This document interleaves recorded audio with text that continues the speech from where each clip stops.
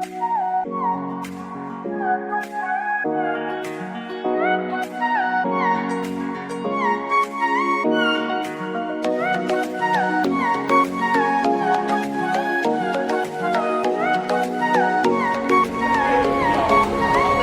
ดีค่ะดิฉันนางสาวดนุชาพัฒนากุลพนักงานพัฒนากองทุนหมู่บ้านจังหวัดพิจิตรค่ะวันนี้เราอยู่กันที่สถาบันการเงินชุมชนต้นแบบตามแนวปรัชญาเศรษฐกิจพอเพียง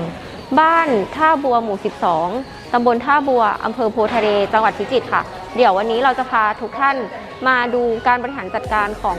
กองทุนหมู่บ้านนี้นะคะว่าเขาดำเนินการอย่างไรค่ะ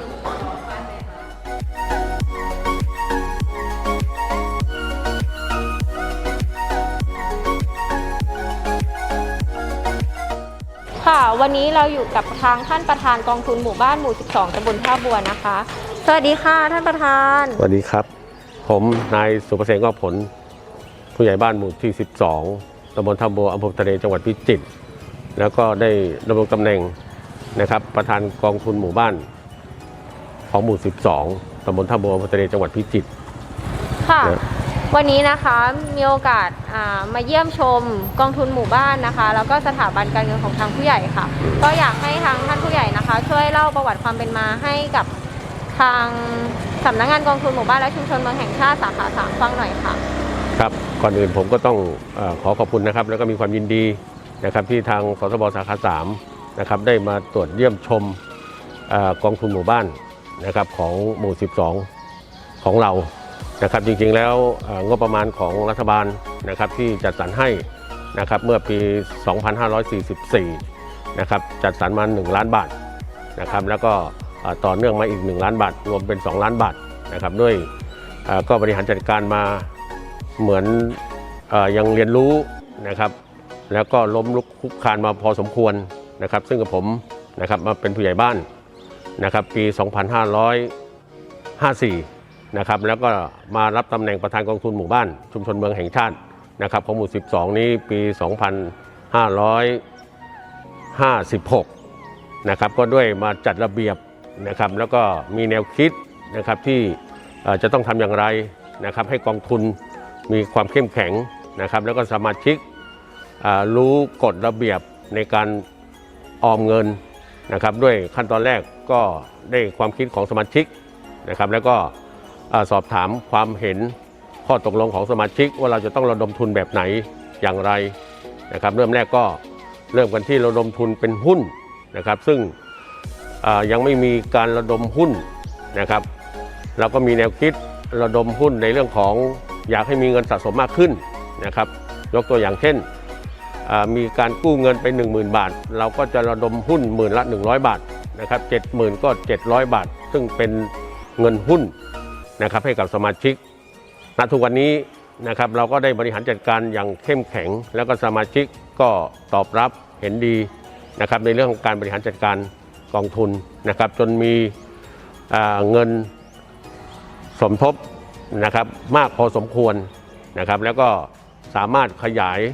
นะครับกิจการนะครับแล้วก็ขอมติในที่ประชุม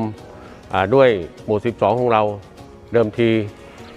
สาราประชาคมนะครับก็เป็นส่วนหนึ่งนะครับแล้วก็ขอมติเอาเงินส่วนที่จัดสรรกำไรแล้วยังมีอยู่นะครับก็มาจัดซื้อที่นะครับที่เห็นปัจจุบันนี้นะครับด้วยเงินประมาณ 230,000 บาทนะครับทางสมาชิกก็เห็นชอบครับแล้วก็ด้วยการบริหารจัดการที่ดีขึ้นนะครับจึงเห็นเป็นรูปเป็นร่างถึงขนาดนี้นะครับด้วยระยะเวลาประมาณ8 ปีเศษครับและนี่ก็เป็นสิ่งหนึ่งที่เป็นพยานและหลักฐานนะครับที่โฉนดที่ดินผืนนี้นะครับซึ่งได้นำผลกำไรจากกองทุนหมู่บ้านและชุมชนเมืองนะครับได้เจียดและจัดมาซื้อนะครับที่ดินนะครับซึ่งโฉนดนี้นะครับเป็นของกองทุนหมู่บ้านนะครับหมู่ที่ 12 ตำบลท่าบัวอำเภอทะเลจังหวัดพิจิตรนะครับอย่างชัดเจนนะครับ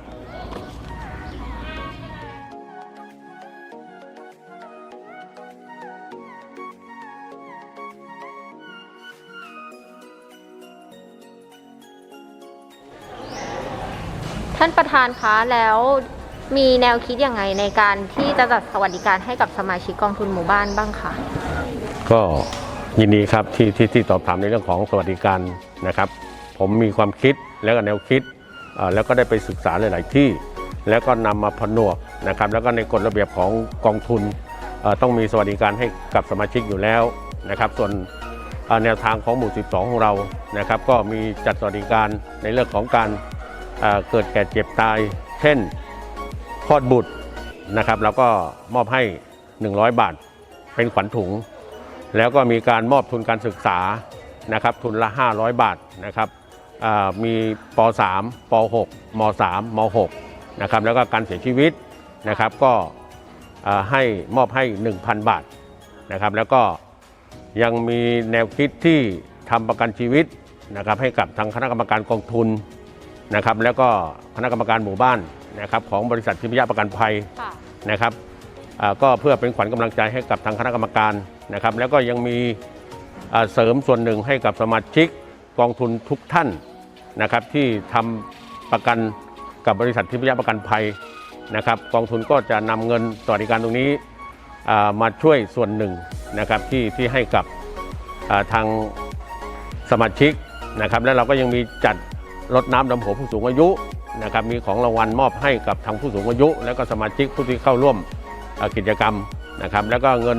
สาธารณประโยชน์ต่างๆนะครับเราก็จะมาทำกิจกรรมในเรื่องของตัดไม้ทำกิจกรรมวันขัตฤกษ์นะครับของแต่ละปีนะครับซึ่งก็ได้งบประมาณจากสาธารณประโยชน์นะครับอยากจะถามในเรื่องของอนาคตทางกองทุนหมู่บ้านมีแนวคิดที่จะต่อยอดกองทุนหมู่บ้านอย่างไรในอนาคตนะครับทางก็มีแนวคิดนะครับอยากจะให้สมาชิกเนี่ยมีความเป็นอยู่ที่ดีขึ้นเช่นถ้ามีโครงการนะครับอาจจะเป็นโครงการในเรื่องของโครงการประชารัฐสิ่งที่ผ่านมานะครับก็มีโครงการ500,000นะครับทางหมู่ 12 ของเราก็ได้ไปปรับปรุงประปาหมู่บ้านนะครับซึ่งแบ่งผลกำไร 50% นะครับตรงนี้ก็มีงบประมาณมีรายได้อยู่ในบัญชีประมาณ100,000เศษๆนะครับแล้วก็งบ 200,000 เราก็มาทำโรงเรือนเก็บพืชผลทางการเกษตรนะครับแล้วก็งบ 300,000 เราก็ได้ไปสร้างบ้านพักริมชน1นะครับตอนนี้มีงบประมาณกำไรก็ได้อยู่นี่ประมาณ100,000เศษๆนะครับแล้วก็ล่าสุดงบ 200,000นะครับเราก็มาเป็นศูนย์เรียนรู้นะครับที่ท่านเห็นอยู่นะครับชัดเจนกทบนะครับก็เพื่อชุมชนถ้าเป็นไปได้แนวคิดท่านประธานอยากจะได้ถ้ามีงบประมาณนะครับก็อยากจะทำให้สมาชิกมีรายได้เช่นการเลี้ยงสัตว์ปลูกพืชต่างๆที่เกิดประโยชน์นะครับให้ครบวงจรประธานคะหนูเห็นว่าที่นี่มีสถาบันการเงินชุมชนด้วยใช่ไหมคะครับค่ะช่วยเล่าประวัติความเป็นมาของการเป็นสถาบันการเงินชุมชนของหมู่ 12 ท่าบัวหน่อยค่ะครับได้ครับจริงๆแล้วสถาบันการเงินชุมชนต้นแบบเศรษฐกิจพอเพียงของหมู่ 12 นะครับเดิมทีมันก็เป็นกิจกรรมหนึ่งของกองทุนเงินล้านซึ่งในเมื่อกองทุนเงินล้านของเรามีการระดมหุ้นให้กับสมาชิกแล้วก็ยังไม่สามารถเพียงพอนะครับทางประธานและคณะกรรมการกองทุนหมู่บ้านเนี่ยก็ได้มีแนวคิดนะครับแล้วก็ด้วยทางสสบสาขา3นะครับได้มาติดต่อแนะนำนะครับในเรื่องของเป็นการอบรมนะครับที่จะเป็นสถาบันการเงินชุมชนต้นแบบเศรษฐกิจพอเพียงนะครับซึ่งทางหมู่ 12 นะครับทั้งคณะกรรมการแล้วก็ประธานสมาชิกก็ได้มีมติในที่ประชุมเห็นด้วยเพื่อเราจะได้ระดมทุนนะครับมาเป็นการเสริมนะครับเพื่อให้กองทุนของเราเนี่ยเข้มแข็งขึ้นนะครับแล้วก็สถาบันของเราก็จะเปิดเมื่อปีพศ 2562 นะครับจนถึงปัจจุบันนะครับก็2 ปีเสร็จๆนะครับก็ทุกวันนี้ก็มีสมาชิกประมาณ200 กว่ารายนะครับแล้วก็มีเงินทุนหมุนเวียนประมาณ2 ล้านเศษนะครับแล้วก็มีการปล่อยกู้นะครับเพื่อนำดอกผลนะครับมาบริหารจัดการปันผลให้กับสมาชิกนะครับแล้วก็สิ้นปีเราก็จะมีการจับรางวัลเพื่อเป็นขวัญกำลังใจให้กับสมาชิกของสถาบันนะครับแล้วก็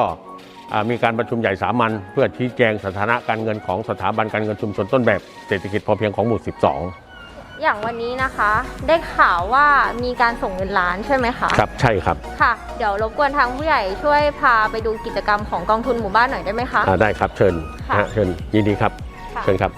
ไปกันเลย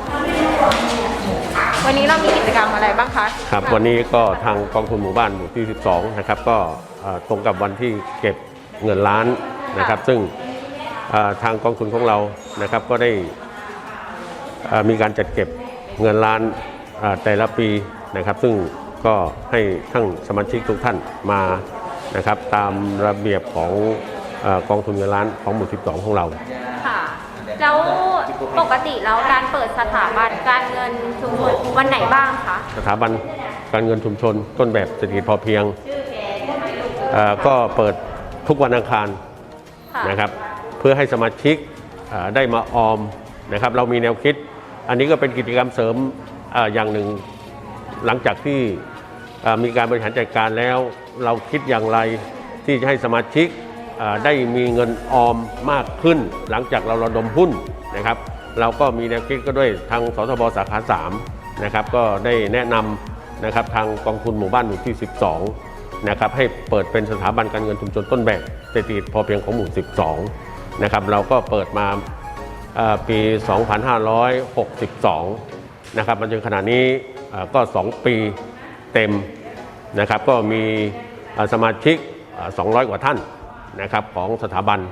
นะครับก็มารับฝากเงินตอนนี้ยอดก็อยู่ที่ประมาณ2 ล้านเศษนะครับแล้วก็มีปันผลคืนให้กับสมาชิกนะครับของกองทุนและก็สถาบัน ค่ะ เดี๋ยวเราไปดูกันเลยดีกว่าค่ะ ครับ ว่าเขากำลังทำอะไรอยู่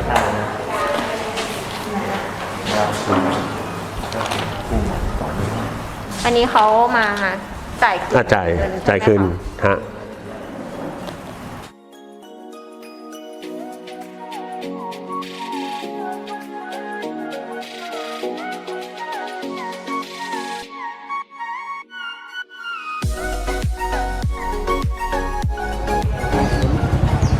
สวัสดีค่ะ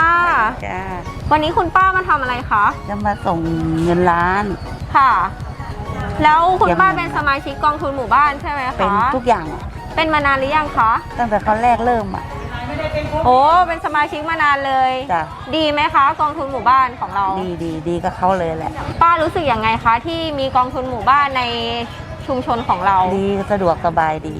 กู้เงินไปประกอบอาชีพอะไรอะคะ ทำนาทำทุนอะไรอย่างนี้ ไม่ต้องไป ไม่ กู้ ต้อง ห ไป นี้ กู้ตามชาวบ้านดอกแพงๆอะไร ยามมีให้มาฝากยามยากให้มาถอนยามเดือดร้อนให้มาปรึกษา สถาบันการเงินชุมชนบ้านท่าบัว เยี่ยม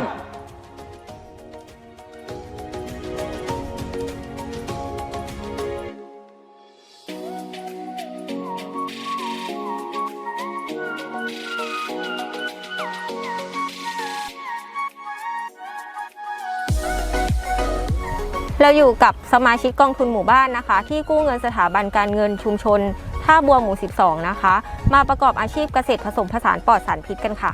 สวัสดีค่ะพี่ๆทั้งสองค่ะ ช่วยแนะนำตัวเองหน่อยค่ะ นางอุดมสุนาวงศ์ค่ะ ค่ะ นุชนากุลธรรมค่ะ อยากจะถามว่าทำไมถึง อยากจะกู้เงินสถาบันการเงินชุมชนของในหมู่บ้านคะเพื่อมาพัฒนาที่ดินของเราค่ะ คือเรามีที่ดินที่พ่อแม่ยกให้ ค่ะ แต่เราไม่มีเงินทุน ค่ะ ว่าการค้าขายของเรามันไม่คล่อง ค่ะ มันขัดหลาย ๆ เรื่องเนาะ ค่ะ เศรษฐกิจ ก็เลยไปกู้มาเรามาลงไฟฟ้าลงเสมอ ค่ะ ค่ะ แล้วก็ปลูกผักผสมผสาน ค่ะ คือเรามีดินเป็นต้นทุนอยู่แล้ว ค่ะ แต่เราไม่มีงบประมาณ ค่ะ ก็เลยปลูกยืมเข้ามาแล้วก็มาปลูกเสร็จแล้วก็เก็บตรงเนี้ยส่งดอก ค่ะ ค่ะ กองทุนหมู่บ้านให้ประโยชน์อะไรกับทางพวกพี่สองคนบ้างคะ ก็คือมันดีขึ้นตรงที่ว่าเราไม่ต้องไปวิ่งกู้ที่ดอกแพงๆตามหมู่บ้าน ค่ะ แต่อาจจะช้าหน่อยในการเดินเรื่อง แต่ก็คือมันแน่นอนแล้วก็มั่นใจค่ะ ค่ะ อยากจะฝากอะไรถึงคณะกรรมการกองทุนหมู่บ้านบ้างไหมคะ ก็อยากจะขอบคุณเนาะที่มีโครงการนี้ขึ้นมาแบบว่า อย่างคนที่ไม่มีเงินทุนไม่มีงบประมาณอะไรเงี้ยเราก็ได้กู้มา ลงทุนได้ ค่ะ แล้วพี่ล่ะคะอยากจะฝากถึงคณะกรรมการอย่างไรบ้างคะ ก็ขอบคุณที่ให้กู้เงินมาลงทุนได้ค่ะขอบคุณค่ะ เดี๋ยวช่วยพาหนูไปชมแปลงผักสักหน่อยนะคะ จะมีชะอมเนาะก็ตัดยอดขายไปหมดแล้วล่ะ ค่ะ แล้วก็มีมะเขือพวงตอนนี้ก็ยังไม่ได้ดีเท่าไหร่ไม่ได้ฉีดยามันก็จะมีเพี้ยมีหนอนลงมั่งก็ปล่อยมันเราก็เอาเท่าที่ได้ แล้ววิธีการกำจัดศัตรูพืชล่ะคะทำยังไงกัน ก็จะหมักพวกเหล้าขาวน้ำส้มพวกอะไรเงี้ยเนาะ เขาจะมีสูตรเฉพาะตัวของเขาใช่ไหมคะ แล้วก็จะมีปลูกฝรั่งแป้นมั่งกิมจูมั่งปนกันไป ฝรั่งเดี๋ยวนี้ขายได้กิโลละเท่าไหร่คะเนี่ย ก็ 30 บาท จะถูกจะแพงคือเราขายราคาเนี้ย 30 ถ้า บาท ตลาดแพงกว่านี้ก็คือเราก็ขายราคา 30เพราะของเราไม่ได้ฉีดยา ค่ะ รสชาติ แล้วส่งที่ไหนอะคะ ก็เล่ขายเอง อ๋อเรียกขายเองพวกตามตลาดนัดอย่างนี้ใช่ไหมคะ ไม่ค่ะ ในหมู่บ้าน ใส่มอไซค์ อ๋อเขารู้อยู่แล้วว่าเราจะมาขาย ห้อยเป็นรถพุ่มพวง อืม เราก็จะมีวันไปของเรา ค่ะ จันทร์วันศุกร์แค่นั้นแหละพอที่เหลือแล้วก็เอามาทำงานในสวนเอาเวลามาทำงานในสวนอันนี้ ขาย ก็ ทุกอย่างเลย เมื่อก่อนเนี่ยมันก็เป็นร่องผักกระเฉดเก่าทีนี้เรารื้อทิ้งแล้วก็ อืม จกดินขึ้นมาแล้วก็ปลูกกล้วย ปลูกอะไรบ้างคะเนี่ยในแปลงเกษตรผสมผสานนี้ ก็มีฝรั่งมีกล้วยมีตะไคร้จะส่งพ่อค้ากรุงเทพ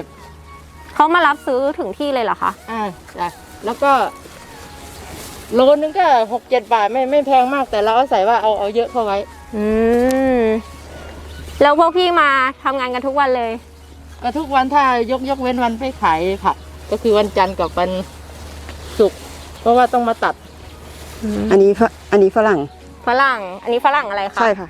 พันธุ์อะไรเอ่ย เป็นกิมจู กิมจู กับ แป้น รวมกัน ได้พันธุ์มาจากที่ไหนคะ ซื้อตามตลาดนัดทั่วไปตอนแรกก็จะปลูกไว้กินเอง 2-3 ต้นทีนี้เห็นมันขายได้ก็เลยซื้อพันธุ์มาขยายต่อไปอีก กู้เงินกองทุนหมู่บ้านนี่ให้อะไรกับทางสมาชิกได้เยอะเลยใช่ไหมคะ ค่ะให้โอกาส ค่ะ จากที่ว่าเราไม่รู้จะไปกู้ใครเนาะกู้ข้างนอกก็คือดอกแพงก็คือ ก็ได้ไปปรึกษาทางผู้ใหญ่มันก็ขึ้นดีค่ะอ่ะก็จะไปทางนี้ก็จะเป็น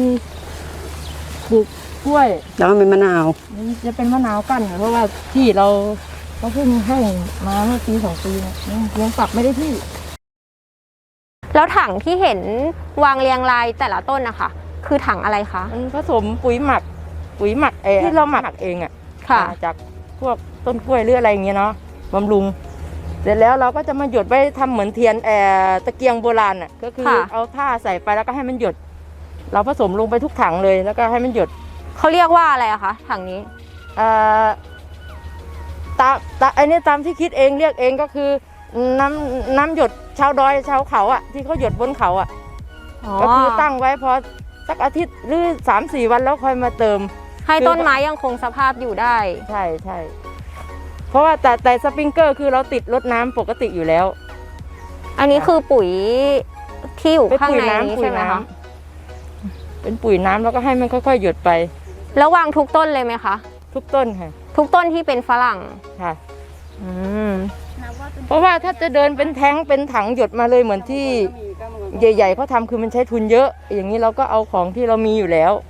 นี่คืออีกหนึ่งภูมิปัญญาชาวบ้านนะคะ ที่นำมาปรับใช้ในการประกอบอาชีพของตนเองค่ะ ในนามของสำนักงานกองทุนหมู่บ้านและชุมชนเมืองแห่งชาติสาขา3จังหวัดพิษณุโลกนะคะ ขอขอบคุณพี่ๆทั้งสองคนเป็นอย่างสูงค่ะ ที่วันนี้ได้ให้เกียรติเรามาชมสวนนะคะ แปลงเกษตรผสมผสานค่ะ ขอบคุณค่ะ ค่ะ ขอบคุณค่ะ